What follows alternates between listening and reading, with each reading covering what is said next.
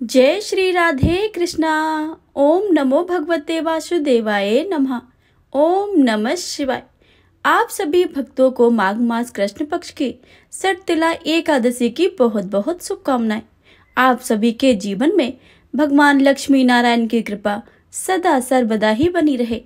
हे प्रिय भक्तों, आज माघ मास के कृष्ण पक्ष की सटतिला एकादशी का व्रत है और आज आप सभी श्रवण करेंगे सटतिला एकादशी व्रत की संपूर्ण कथा और साथ ही साथ भगवान विष्णु का चालीसा।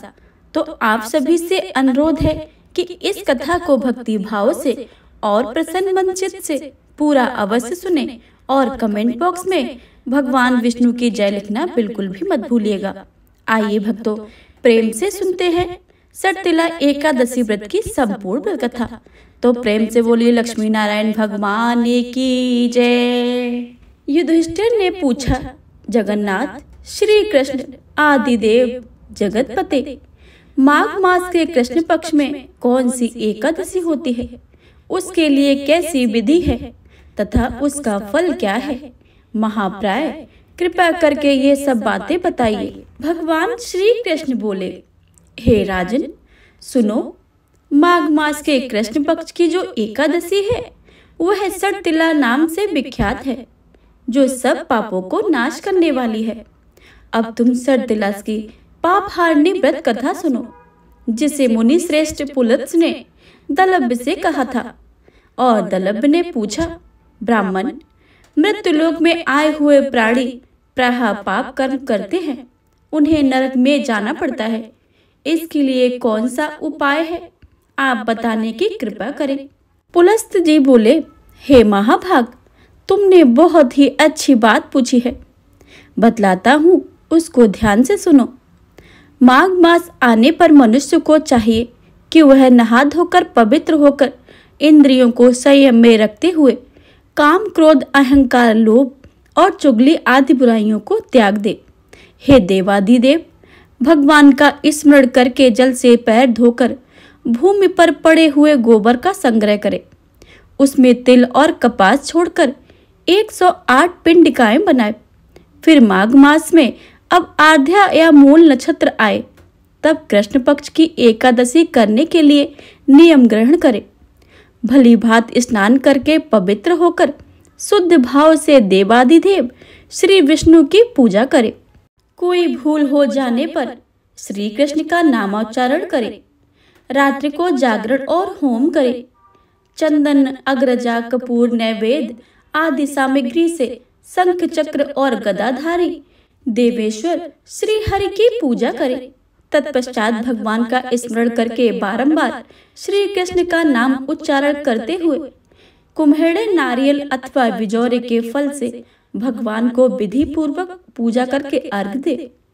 अन्य सब सामग्रियों के अभाव में 100 सुपारियों के द्वारा भी पूजन और अर्घ दान किया जा सकता है। मनुष्य को चाहिए कि वह पूजन करते समय भगवान सच्चिदानंद स्वरूप श्री कृष्ण को यह मंत्र करके बोले, आप बड़े दयालु हैं, आप आश्रयहीन जीवों के आप आश्रय दाता हो। पुरुषोत्तम, हम संसार के समुद्र में डूब रहे हैं, आप हम पर प्रसन्न होइए। हे कमल नयन, आपको नमस्कार है। विश्व भावन, आपको नमस्कार है। सुप्र ब्राह्मण महापुरुष, सबके पूर्वज, आपको नमस्कार है। तत्पश्चात ब्राह्मण की पूजा करे, उसे जल का बड़ा दान दे, साथ ही छाता जूता और वस्त्र भी दे। दान करते समय ऐसा कहे, इस दान के द्वारा भगवान श्री कृष्ण मुझ पर प्रसन्न हो।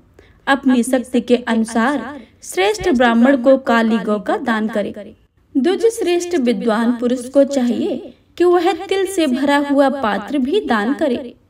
उन तिलों के बोने पर उसने जितनी शाखाएं पैदा हो सकती हैं, उतने 1000 वर्ष तक वह स्वर्ग में प्रतिष्ठित होता है।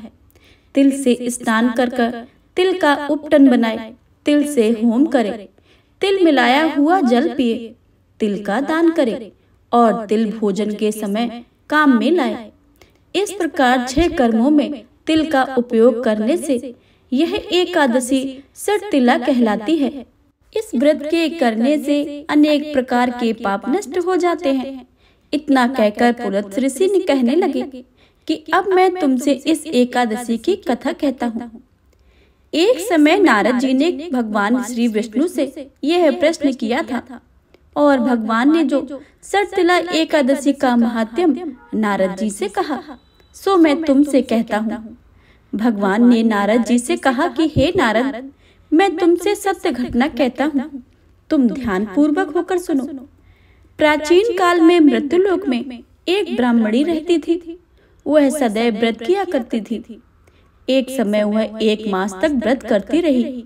इससे उसका शरीर अत्यंत दुर्बल हो गया। यद्यपि वह अत्यंत बुद्धिमान थी, तथापि उसने कभी देवताओं या ब्राह्मणों के निमित्त अन्न या धन का दान नहीं किया था।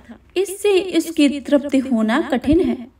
भगवान ने आगे कहा कि ऐसा सोचकर मैं भिखारी के वेश में मृत्युलोक में उस ब्राह्मणी के पास गया और उससे भिक्षा मांगी। वह ब्राह्मणी बोली, महाराज, किस लिए आए हो? मैंने कहा कि मुझे भिक्षा चाहिए। इस पर उसने एक मिट्टी का ढेला मेरे भिक्षा पात्र में डाल दिया। मैं उसे लेकर स्वर्ग में लौट आया। कुछ समय के बाद ब्राह्मणी भी शरीर त्याग कर स्वर्ग में आ गई। उस ब्राह्मणी को मिट्टी का दान करने से स्वर्ग में सुंदर महल मिला, परंतु उसे अपने घर को अन्य आदि सब सामग्रियों में शून्य पाया। घबराकर वह मेरे पास आई और कहने लगी, हे भगवान, मैंने अनेक व्रत किए हैं, उसकी पूजा के परंतु फिर भी मुझे मेरा घर अन्य आदि सभी वस्तुओं से शून्य है। इसका क्या कारण है? इस पर मैंने कहा कि पहले तुम अपने घर जाओ, देव स्त्रियां आएंगी तुम्हें देखने के लिए। पहले उनसे सर्तिला एकादशी का पुण्य और विधि सुन लो, तब द्वार खोलना। ऐसे मेरे वचन सुनकर वह अपने घर गई। सब देव स्त्रियां आईं और द्वार खोलने को कहा तो ब्राह्मणी बोली, आप मुझे देखने आई हैं तो सर्तिला एकादशी का महत्व मुझसे कहिए। उनमें से एक देवस्त्री कहने लगी कि मैं कहती हूँ। जब ब्राह्मणी ने सर्तिला एकादशी का महत्व सुना तब द्वार खोला। देवांगनाओं ने उसको देखा कि ना तो वह गंधर्वी है और ना ही असुरी है, वरन पहले जैसी मानुषी है। उस ब्राह्मणी ने उनके कथानुसार सर्तिला एकादशी का व्रत किया। इसके प्रभाव से वह सुंदर और रूपवती हो गई तथा उसके घर अन्य आदि सभी समस्त सामग्रियों से युक्त हो गया। अतः मनुष्य को मूर्खता त्याग कर सर्तिला एकादशी का व्रत और लोभ न करके तिल आदि का दान करना चाहिए। इससे दुर्भाग्य, दरिद्रता तथा अनेक प्रकार के कष्ट दूर होकर मोक्ष की प्राप्ति होती है। तो प्रेम से बोलिए, कृष्ण कन्हैया लाल की जय, लक्ष्मी नारायण भगवान की जय। हे प्रिय भक्तों, तो यह थी सर्तिला एकादशी की व्रत कथा।